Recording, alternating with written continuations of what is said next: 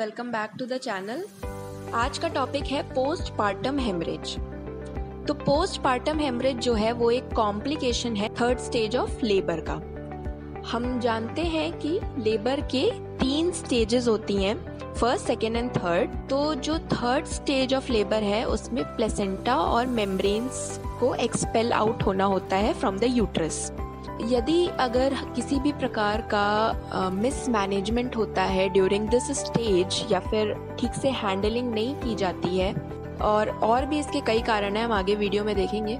तो अगर ऐसा कुछ होता है तो पेशेंट को या फीमेल को बहुत एक्सेसिव ब्लीडिंग होती है, और उस एक्सेसिव ब्लीडिंग की वजह से उसको अदर कॉम्प्लिकेशंस भी आ सकते हैं, जिसकी वजह से वो उसके लिए लाइफ थ्रेटनिंग भी हो सकता है। तो मदर के लिए जो थर्ड स्टेज, क्योंकि सेकेंड स्टेज में तो बेबी एक्सपेल आउट हो गया, now the baby is safe, but third stage में मदर का जो सर्विलांस है वो हमें देखना होगा। मदर के लिए बहुत इम्पोर्टेंट है कि हम उस स्टेज को ढंग से हैंडल करें और प्रॉपरली जो प्रोडक्ट ऑफ कंसेप्शन है उनको एक्सपेल आउट कराएं विदाउट एनी कॉम्प्लिकेशंस। तो एक तो पोस्टपार्टम हेमरेजेस का कॉम्प्लिकेशन है, दूसरा हो सकता है रिटेंशन ऑफ प्लेसेंटा, जो कि एक कारण है फॉर पीपीएच।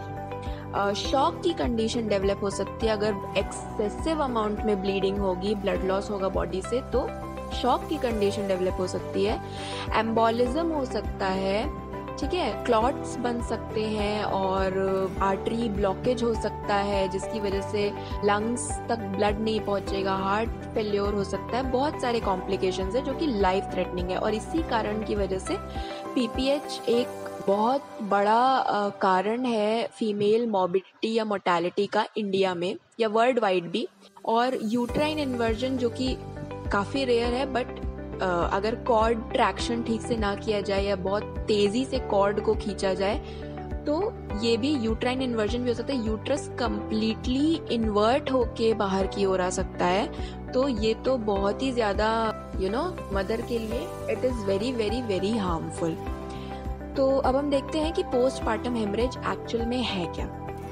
तो इसकी हम क्वांटिटेटिव है जो कि है loss of blood more than 500 milligram from the genital tract following birth of baby.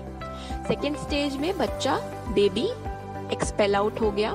तो थर्ड स्टेज में यदि 500 ml ऑफ ब्लड या इससे ज्यादा लॉस होता है from the female genital organ, तो इसको हम पीपीएच कहेंगे।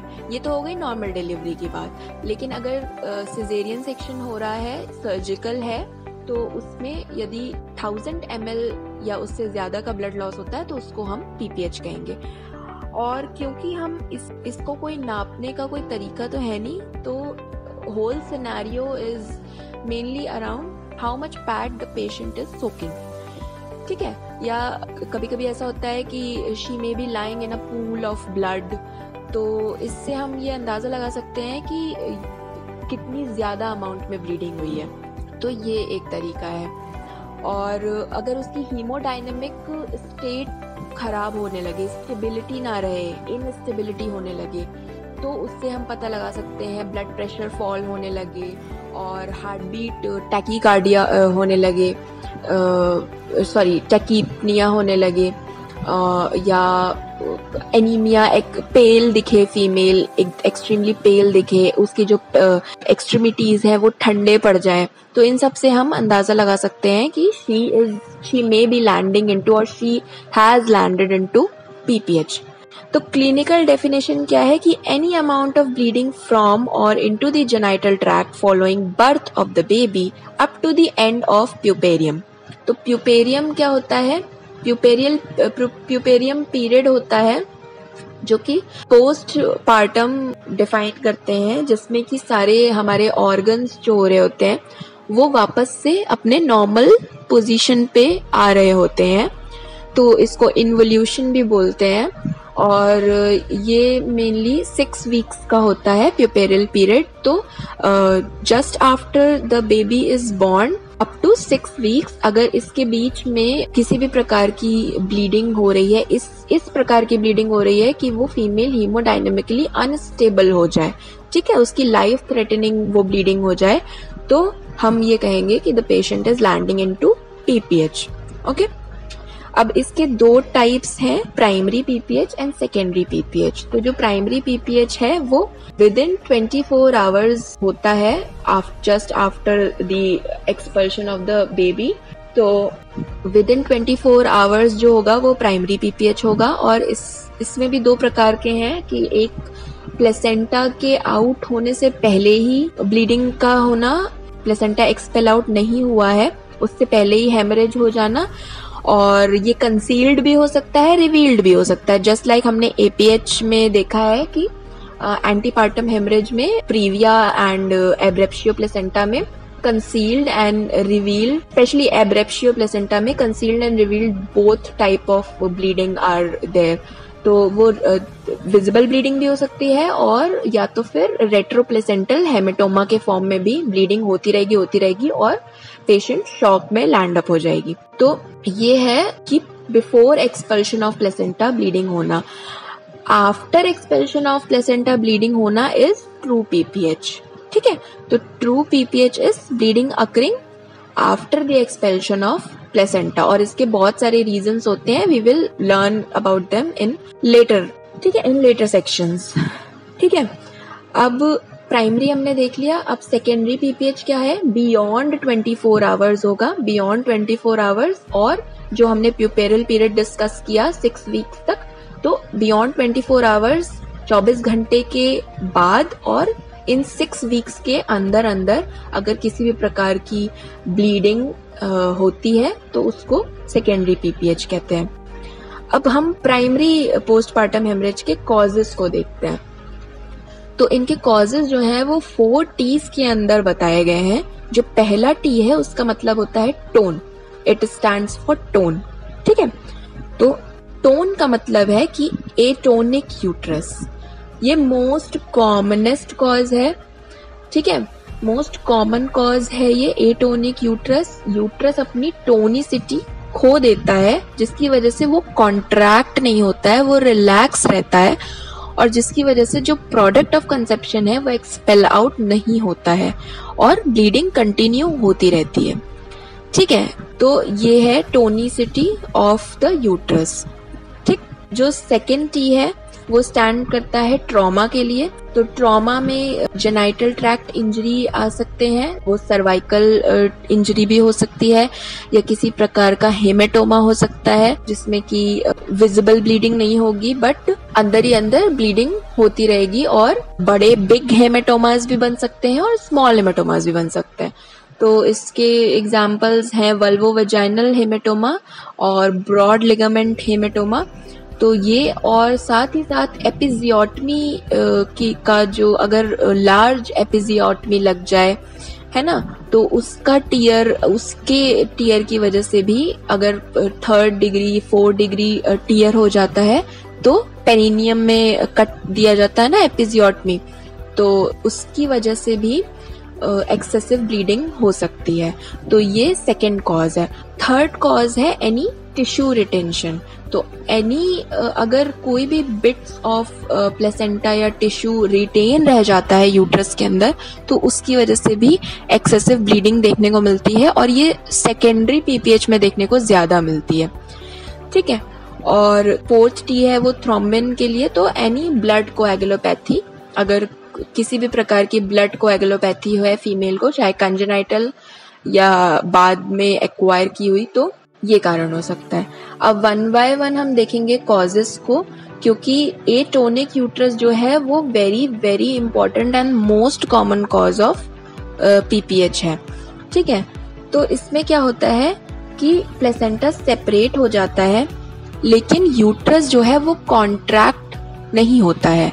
यूट्रस अपनी टोनिसिटी लूज कर देता है और यूट्रस एटोनिक बना रहता है, तो जिसकी वजह से जो वहां की ब्लड वेसल्स हैं दे रिमेन डायलेटेड। ठीक है। तो वो डायलेटेड रहने की वजह से उससे एक्सेसिव ब्लीडिंग होती रहती है। थोड़ी बहुत ब्लीडिंग डिलीवरी के दौरान होना इज वेरी नॉर्मल, लेकिन इस प्रकार की ब्लीडिंग जिसमें 500, 600, 700 ml का ब्लड लॉस हो जाए तो ये एबनॉर्मल है कम्प्लीटली। तो मैं आप लोग को समझाती हूँ कि यहाँ पे होता क्या है कि हमारा जो यूट्रस होता है वो 3 लेयर्स से बना हुआ होता है ना। उसमें 3 लेयर्स होती हैं, पेरीमेट्रियम, मायोमेट्रियम एंड एंडोमेट्रियम। तो जो मायोमेट्रियम होता है वो ऑब्वियसली मस्कुलर है ना। तो उसमें 3 टाइप ऑफ मसल्स के अरेंजमेंट्स देखने को मिलते हैं, आउटर, मिडिल एंड इनर। तो आउटर जो है वो, तो जो मिडिल लेयर है उसको हम लिविंग लाइगेचर बोलते हैं, ठीक है। उसको लिविंग लाइगेचर इसलिए बोलते हैं क्योंकि उसका क्रिस क्रॉस जो अरेंजमेंट है वो इस प्रकार से होता है कि उसके बीच में जो यूट्राइन आर्टरीज और जितनी भी स्पाइरल आर्टीरियोल्स और जितने भी आर्टीरियल सप्लाई होती है वो उसके बीच में क्रिस क्रॉस अरेंजमेंट के बीच में दबी हुई होती है, ठीक है। तो यूट्रस का कॉन्ट्रैक्ट होना क्यों जरूरी है? यूट्रस का कॉन्ट्रैक्ट होना इसीलिए जरूरी है क्योंकि जब यूट्रस कॉन्ट्रैक्ट होगा तो उसके साथ साथ ये मसल्स कॉन्ट्रैक्ट होंगी, मसल्स ही कॉन्ट्रैक्ट हो रही है ना। तो मसल्स कॉन्ट्रैक्ट होंगी तो वो क्या करेंगी, वो यहाँ की जो वेसल्स हैं उनको भी कॉन्ट्रैक्ट करेंगी। तो वेसल्स जो हैं वो डायलेट होने की बजाय कॉन्ट्रैक्ट हो जाएंगी। तो बॉडी का ये अपना मैकेनिज्म है excessive blood loss, excessive bleeding को रोकने का।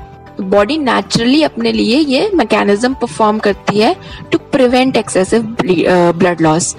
बट अगर यूट्रस कॉन्ट्रैक्ट ही ना हो, यूट्रस अपनी टोनिसिटी खो दे, ठीक है, इसके बहुत सारे कारण हैं, I will tell you later. तो अगर यूट्रस अपना टोनिसिटी खो देगा तो ऑब्वियसली जो आर्टरीज है वहां की वो कॉन्ट्रैक्ट नहीं होंगी, वो डायलेटेड रह जाएंगी और उनसे एक्सेसिव ब्लीडिंग होती रहेगी। तो इसीलिए यूट्रस का कॉन्ट्रैक्ट होना बहुत जरूरी है for the expulsion of placenta भी, फॉर एक्सपल्शन ऑफ फीटस भी and for limiting the excessive blood loss. तो contraction of uterus is at most important, ठीक है। तो ये इसके पीछे का मैकेनिज्म है। लेकिन अब कुछ ऐसे कारण होते हैं जिनकी वजह से यूट्रस जो है वो डिस्टेंडेड रह जाता है, यूट्रस जो है वो रिलैक्स्ड रह जाता है, कॉन्ट्रैक्ट नहीं होता। तो क्या क्या कारण हो सकते हैं? Uterine over distension.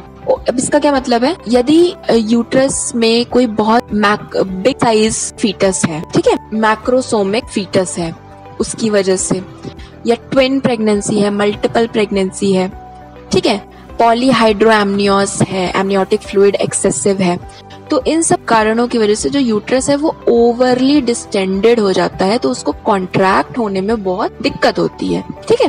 High parity, जो ग्रैंड पैरा वुमेन है, ठीक है, more than 5 children they have, और एक के बाद एक दे आर गेटिंग प्रेग्नेंट, तो जो उनका मसल टोन है वो ऑब्वियसली एक प्राइमी ग्रेविडा से लूज हो जाएगा, कम हो जाएगा, उनका मसल टोन ऑब्वियसली खराब हो जाएगा, तो उनकी मसल टोनिसिटी उतनी अच्छी नहीं होती है, ठीक है। मैल न्यूट्रिशन एंड एनीमिया, ये 2 बहुत इम्पोर्टेंट और बहुत ही कॉमन कॉज है इंडिया में स्पेशली। एनीमिया तो बहुत इम्पोर्टेंट, एनीमिया तो बहुत कॉमन कॉज है अमंग प्रेग्नेंट फीमेल्स। एपीएच, जैसे कि मैंने ऊपर बताया कि अगर बिफोर एक्सपल्शन ऑफ प्लेसेंटा हो रहा है प्राइमरी पीपीएच में ब्लीडिंग, तो एपीएच जिसमें एब्रेप्शियो प्लेसेंटा, तो कंसील्ड और रिवील्ड दोनों प्रकार के ब्लीडिंग इसमें देखने को मिल सकती है, ठीक है। प्रोलॉन्ग्ड और प्रेसिपिटेटेड लेबर, अगर कोई फीमेल एक्सेसिवली लॉन्ग लेबर में है, ठीक है, तो उनके लिए भी जनरल एनेस्थीसिया दिया जाता है, तो ये भी एक कंडीशन हो सकती है, ठीक है। मैल फॉर्मेशन ऑफ द यूट्रस, अगर कोई सेप्टेट यूट्रस है या बाइकॉर्नुएट यूट्रस है या आर्कुएट यूट्रस है, तो जितने भी मुलेरियन एनॉमलीज होती हैं यूट्रस में, तो अगर उस टाइप का कोई यूट्रस है तो वो रिकरेंट अबॉर्शंस कराएगा, साइमल्टेनियस अबॉर्शंस कराएगा, ठीक है। और जो लास्ट कारण है वो mismanagement of 3rd stage of labour है। ये बहुत इंपॉर्टेंट रीजन है क्योंकि जो 3rd स्टेज ऑफ लेबर है उसका मिसमैनेजमेंट बहुत इजीली, बहुत जनरली ये होता है, स्पेशली गांव वगैरह में। जो दाई वगैरह डिलीवरीज कराती हैं वो ठीक से ध्यान नहीं देती और जल्दी जल्दी उनको हर चीज दे डू वेरी रैपिडली, ठीक है। प्री मैच्योर प्लेसेंट मतलब यूट्रस कॉन्ट्रैक्ट नहीं हो रहा है, स्टिल वो कॉर्ड का ट्रैक्शन किए जा रही, तो उसकी वजह से यूट्राइन इन्वर्जन होने के भी बहुत सारे चांसेस होते हैं और एक्सेसिव ब्लीडिंग भी होती है, ठीक है। और प्लस उनके पास कोई ऐसा मैनेज करने के लिए भी इक्विपमेंट्स नहीं होते या फिर कोई दवाइयां नहीं होती जिसकी वजह से वो उसको मैनेज कर ले जाए, तो इसमें मॉर्टेलिटी और मॉर्बिडिटी देखने को बहुत मिलती है, ठीक है। तो ये कारण था प्राइमरी पीपीएच का मोस्ट कॉमन। 80% केसेस में एटोनिक यूट्रस देखने को मिलता है। जो सेकेंड कॉमन कॉज है वो है ट्रॉमा। तो जेनाइटल ट्रैक्ट इंजरी, जैसे कि मैंने बताया, या तो किसी प्रकार की एपिजियोटमी टियर या फिर कोई सर्वाइकल इंजरी हो जाए और या फिर कोई हेमेटोमा बन गया हो वजाइना में या फिर ब्रॉड लिगामेंट में, तो उससे ब्लीडिंग होगी। या फिर सिजेरियन सेक्शन का कोई प्रीवियस स्कार हो तो उससे ब्लीडिंग हो रही हो, या कोई इंस्ट्रूमेंटेशन किया गया हो, बाहर से इंटरवेंशन किया गया हो तो वो यूट्राइन रप्चर करा दे, तो ये सारे कारण हो सकते हैं, ठीक है। जो तीसरा रीजन है वो रिटेन्ड टिश्यूज का है। तो ये सेकेंडरी पीपीएच के लिए बहुत कॉमन कॉज है और प्राइमरी पीपीएच में भी करता है और सेकेंडरी पीपीएच में भी। तो कोई भी बिट्स ऑफ प्लेसेंटा अगर अंदर रह जाएंगे या कोई मेम्ब्रेन्स रह जाएंगी, हमें प्लेसेंटा जब बाहर आता है, आउट होता है, तो हमें उसको एग्जामिन करना चाहिए कि ये उसकी सारी सरफेस स्मूथ है कि नहीं है, ठीक है, और उसमें सारी लेयर्स प्रेजेंट हैं कि नहीं। हमें उसको कॉर्ड से उठा के देखना चाहिए कि इसमें कोरियन और एमनियन दोनों लेयर्स हैं कि नहीं है, या कुछ पोर्शन तो नहीं अंदर रह गया है, ठीक है। तो ये सारी चीजें हमें ध्यान रखनी चाहिए। और चौथा जो है वो ब्लड कोएगुलोपैथी है। तो इसमें एब्रेप्शियो प्लेसेंटा या एक कारण है, जॉन्डिस इन प्रेग्नेंट, मतलब कोई भी क्रॉनिक इलनेस हो फीमेल को, ठीक है, और हेल्प सिंड्रोम, ये सारे ही कारण हो सकते हैं, ब्लड कोएगुलोपैथी के अंतर्गत आते हैं ये। तो ये सारे कारण हो सकते हैं पीपीएच के लिए, ठीक है। अब उसके बाद हम देखते हैं कि इसकी डायग्नोसिस और क्लिनिकल इफेक्ट्स क्या क्या हो सकते हैं। तो मेजॉरिटी केसेस में जो है वो हमें विजिबल ब्लीडिंग देखने को मिलती है, लेकिन रेयरली ऐसा कभी होता है कि कंसील्ड टाइप, ठीक है, रिवील्ड, हम ज्यादा रिवील्ड ब्लीडिंग ही रहेगी, बट रेयरली है like in vulvovaginal and broad ligament haematoma की अंदर ही अंदर ब्लीडिंग होती रहे, कंसील टाइप ऑफ ब्लीडिंग हो। तो ये जो कंडीशंस होती हैं कुछ प्रेगनेंसी में, जैसे कि पीपीएच हो गया, प्री एक्लेम्शिया हो गया, एक्लेम्शिया हो गया, तो इसके लिए हम कभी भी ऐसा कुछ प्रिडिक्ट नहीं कर सकते हैं कि ये इस फीमेल को होगा या इस फीमेल को नहीं होगा। लेकिन एक अच्छी एंटीनेटल केयर के द्वारा, ठीक है, और फीमेल का अच्छे से एग्जामिन करते हुए, जनरल एग्जामिनेशन, फिजिकल एग्जामिनेशन और सारे इन्वेस्टिगेशंस अच्छे से लेना, उनकी सारी अच्छे से उनको गो थ्रू होना, ठीक है, और उसको हर चीज के बारे में अवेयर करना, तो ये सारी चीजें एक तरीके से प्रिवेंट कर सकती हैं। और अगर कोई ऐसी हाई रिस्क प्रेगनेंसी हमें लगे तो उसको हम सर्विलांस पे रख सकते हैं, उसको हम मॉनिटर कर सकते हैं। तो ये सारे कुछ तरीके हैं जिनसे हम in severe disease, in severe conditions को ओवरकम कर सकते हैं। तो ये चीजें हो सकती हैं। हालांकि ये प्रिडिक्ट नहीं कर सकते कि आगे चल के क्या होगा, बट हम अच्छे से एंटीनेटल केयर अगर करें तो चीजें नॉर्मल हो सकती हैं, ठीक है। और जो फीमेल है वो एडिक्वेट डाइट ले और अपना प्री प्रेगनेंसी वेट मेंटेन रखें, हीमोग्लोबिन मेंटेन रखें। अगर हीमोग्लोबिन ही पहले से लो होगा तो ऑब्वियसली आगे चल के, क्योंकि थोड़ा बहुत ब्लड तो लॉस होता ही है, अगर 12 पे डिलीवरी हुई है तो वो 10 तो पहुंच ही जाएगा। लेकिन अगर कोई फीमेल 6 या 8 हीमोग्लोबिन पे लेबर में जा रही है तो ये कंडीशंस में लैंड अप होने के लिए ज्यादा प्रोन है, ठीक है। तो ये सारी कुछ चीजें हैं जिनसे हम प्रिवेंट कर सकते हैं। और ड्यूरिंग डिलीवरी क्या चीजें की जा सकती हैं कि स्लो डिलीवरी ऑफ बेबी करने दें, उसको अपने आप प्रोग्रेस होने दें नेचुरल तरीके से, कोई इंटरवेंशन किए बिना। और spontaneous separation and expulsion of placenta भी साथ ही साथ जैसे नेचुरली होता है वैसे ही होने दे, लेकिन अगर बियॉन्ड 30 मिनट्स हो जाता है, क्योंकि प्लेसेंटा एक्सपल्शन के लिए 15 to 20 मिनट्स मैक्सिमम बताए गए हैं, बियॉन्ड 30 मिनट्स हो जाता है तो वो एक क्रिटिकल कंडीशन है, तो वो नहीं होने देना है।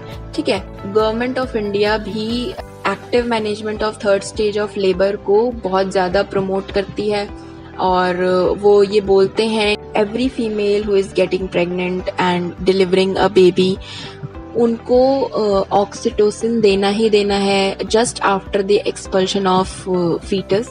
उनको ऑक्सीटोसिन देना है 10 यूनिट्स इंट्रामस्कुलरली। ठीक है, तो ये हम क्यों करते हैं, ये गवर्नमेंट ऑफ इंडिया प्रमोट करती है just to shorten up the period of third stage. तो जो 20 मिनट्स लग रहे हैं, 15 to 20 मिनट्स लग रहे हैं प्लेसेंटा आउट होने में, तो वो शॉर्ट हो जाएगा और ऑक्सीटोसिन जो है वो यूट्राइन कॉन्ट्रैक्शन को और विग्रस कर देगा, जिसकी वजह से जो 15-20 मिनट्स लग रहे थे वो अब 5-10 मिनट्स में ही वो प्रोसेस कंप्लीट हो जाएगा। तो ये पोस्टपार्टम हेमरेज के चांसेस हैं, इसको भी डिक्रीज करता है। और यदि यूट्रस कंप्लीटली कॉन्ट्रैक्ट हो रहा है तो हमें और जो कॉजेज है 4 T's में से उनको धीरे धीरे रूल आउट करना है। हमें उसके जेनाइटल्स को अच्छे से एक्सप्लोर करना चाहिए कि किसी प्रकार का टीयर या कोई इंजरी तो नहीं है।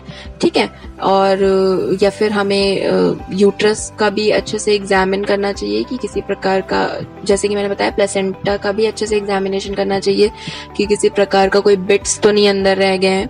ठीक है, और लास्ट में ब्लड कोएगुलोपैथी वाली जो एक रीजन है उसको भी रूल आउट करना चाहिए। तो ऐसे 1 by 1 रूल आउट करने के बाद हमें पता चल जाएगा कि मेन कारण क्या है। ठीक है, तो जो मैनेजमेंट ऑफ थर्ड स्टेज बताया गया है उसमें स्टेप्स ऑफ मैनेजमेंट में क्या क्या है कि प्लेसेंटल साइड ब्लीडिंग हो सकती है या ट्रॉमेटिक ब्लीडिंग हो सकती है। ठीक है, तो या तो कोई बिट्स ऑफ प्लेसेंटा अंदर रह गए हो, टिश्यू रिटेन रह गए हो, है ना, और या फिर कोई ट्रॉमा हो गया हो। तो प्लेसेंटल साइड ब्लीडिंग अगर होगी तो हमें यूट्रस को, फंडस को पैल्पेट करना है, उसको मसाज करना है।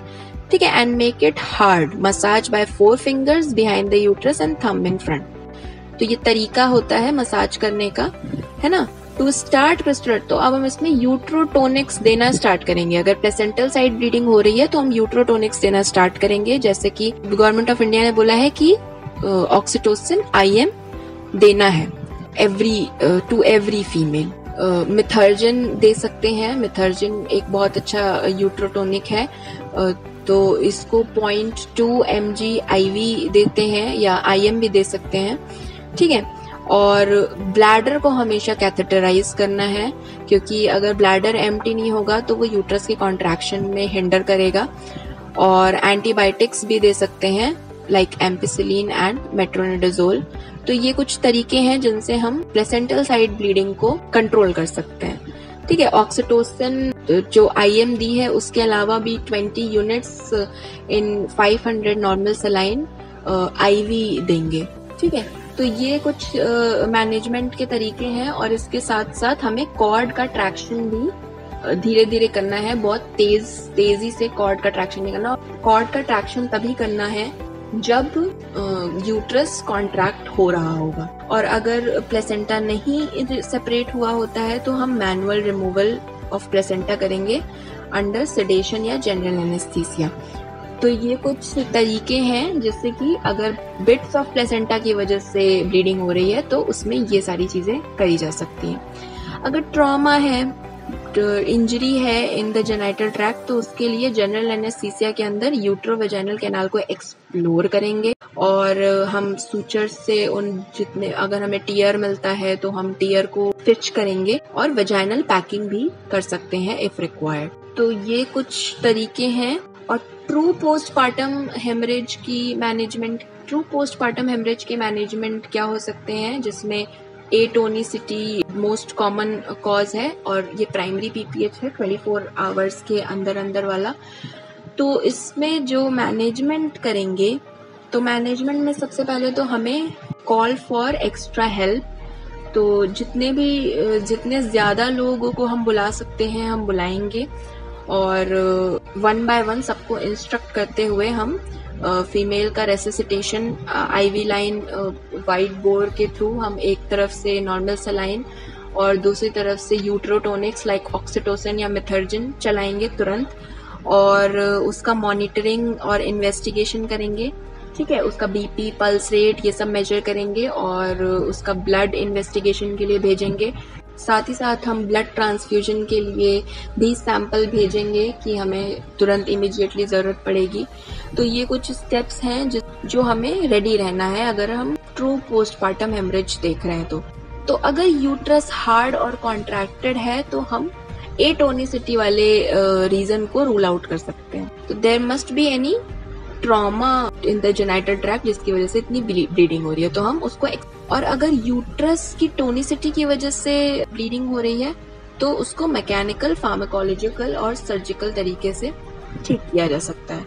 तो मैकेनिकल कुछ तरीके हैं जिनसे हम ब्लीडिंग को कुछ हद तक कम कर सकते हैं या अरेस्ट कर सकते हैं ब्लीडिंग को। तो उसमें यूज करते हैं यूट्राइन टेम्पोनाड, और इसमें बाकरी बलून इसका एग्जाम्पल है। बाकरी बलून तो इन्फ्लेटेड बलून होता है जिसमें नॉर्मल सलाइन भरी जाती है और ये यूट्रस में जाके फिट हो जाता है।